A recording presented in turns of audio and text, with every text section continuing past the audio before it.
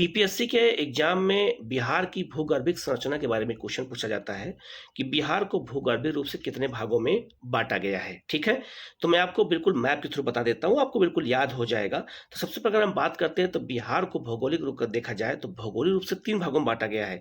बिहार में पर्वतीय क्षेत्र भी है, पठार भी है और आपका मैदान है। लेकिन बिहार को भूगर्भिक रूप से अगर देखा जाए, चट्टानों के प्रकार के आधार पर देखा जाए, तो बिहार को 4 भागों में बाँटा गया है। कौन-कौन सा? सबसे पहले अगर आप ये देखते हैं मैप पे, तो मैंने आपको मैप के थ्रू बताया और डायग्राम के थ्रू बता दिया हूँ। सबसे पहले अगर हम डायग्राम देखते हैं, तो बिहार में जो है धारवाड़ क्रम चट्टानें पाई जाती हैं, जो बिहार का दक्षिणी पठारी क्षेत्र है।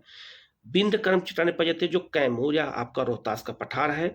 टर्सरी क्रम चट्टानें सोमेश्वर पहाड़ी जो आपका चंपारण है, वहाँ जो पाई जाती हैं। और क्वाटरनरी चट्टानों से बिहार के गंगा के मैदान का निर्माण हुआ है। तो ये याद रखना 4 प्रकार की पाई जाती है। अब जरा इस मैप को देखिएगा तो आपको और अच्छे से याद हो जाएगा। तो आप देखिए सोमेश्वर की जो पहाड़ी का क्षेत्र है, उत्तर पश्चिमी क्षेत्र है आपका वो, ठीक है? तो उस क्षेत्र में कौन चट्टानें पाई जाती हैं, तो याद रखिएगा। तो वहाँ पे आपका जो है टर्सरी क्रम की चट्टानें पाई जाती हैं, तो वो टर्सरी क्रम चट्टानों का ही सोमेश्वर की पहाड़ी का क्षेत्र बना हुआ है, ठीक है? दूसरा जो आपका है धारवाड़ क्रम चट्टानें, तो धारवाड़ क्रम चट्टानों का बिहार का दक्षिणी क्षेत्र बना हुआ है, जो पठारी क्षेत्र है, जिसका सीमा जो है किससे लग रही है? झारखंड से। और आपका जो है वहाँ पर छोटा नागपुर के पठार का विस्तार है, ठीक है? तो यहाँ धारवाड़ क्रम चट्टानें पाई जाती हैं और उस क्षेत्र में जो है बहुत महत्वपूर्ण खनिज भी पाए जाते हैं।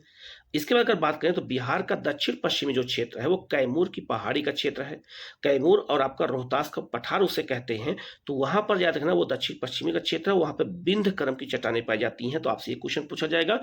फिर अगर आपसे पूछा जाए कि गंगा के मैदान का निर्माण किससे हुआ है, तो गंगा के मैदान का जो निर्माण हुआ है, याद रखिएगा, वो जो है क्वाटरनरी चट्टानों का हुआ है। तो आपसे क्वेश्चन पूछा जाएगा कि जो है बिहार का दक्षिणी क्षेत्र किससे बना है, तो धारवाड़ बताएंगे आप।